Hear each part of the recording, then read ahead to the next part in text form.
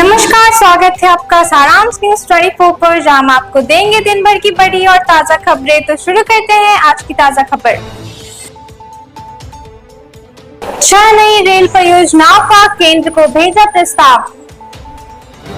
नेपाल सीमा पर दिखा था स्टारलिंक ऑर्बिट सैटेलाइट, चौकसी बढ़ी।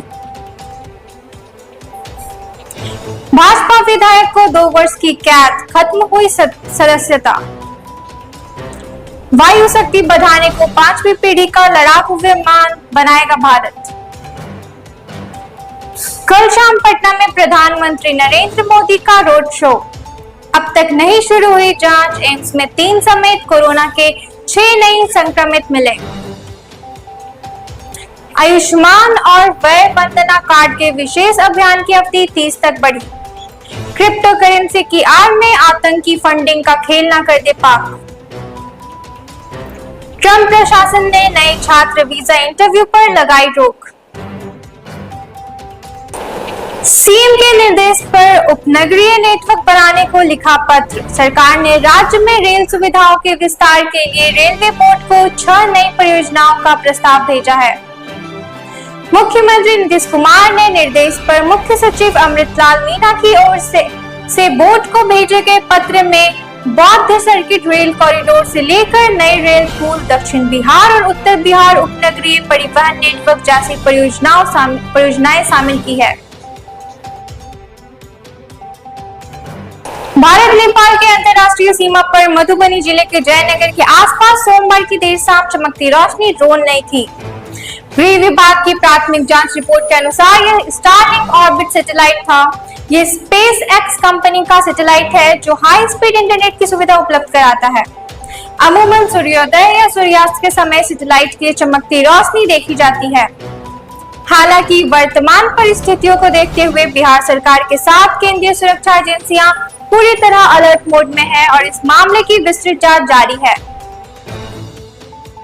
अलीनगर के भाजपा विधायक मिश्रीलाल यादव और सुरेश यादव को 2 वर्ष का सश्रम कारावास और 1 लाख रुपए अर्थदंड की सजा सुनाई गई है।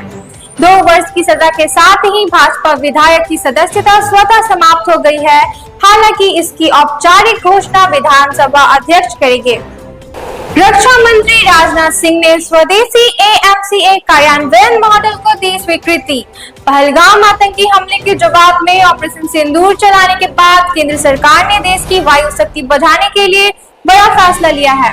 इसके तहत भारतीय वायुसेना के लिए 5वीं पीढ़ी के अति आधुनिक deep penetration advance medium combat aircraft को स्वदेश में ही डिजाइन एवं विकसित करने की मेगा परियोजना शुरू करने का निर्णय लिया है। बिहार की 2 दिवसीय यात्रा पर प्रधानमंत्री नरेंद्र मोदी गुरुवार शाम 5 बजे पटना पहुंचेंगे। रोड शो पटना हवाई अड्डा से आकर गोलंबर तक निकलेगा।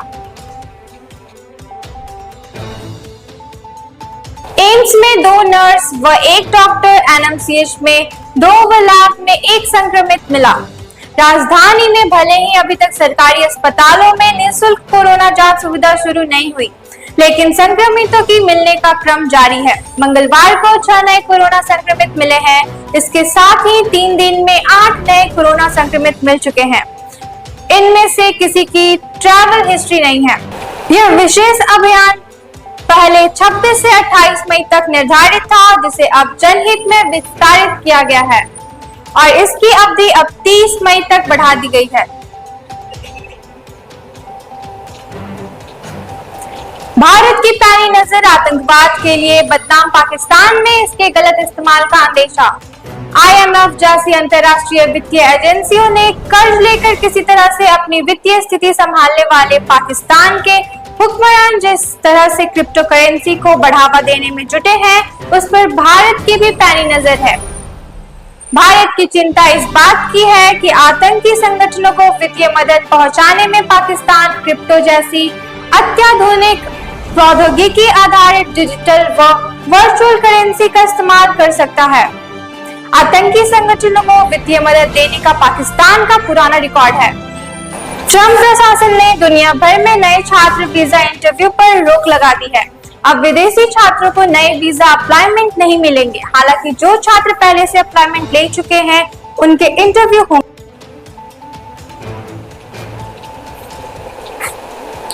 अभी के लिए इतना ही। इस तरह की तमाम खबरों के लिए जुड़े रहे सारांश न्यूज़ 24 के साथ।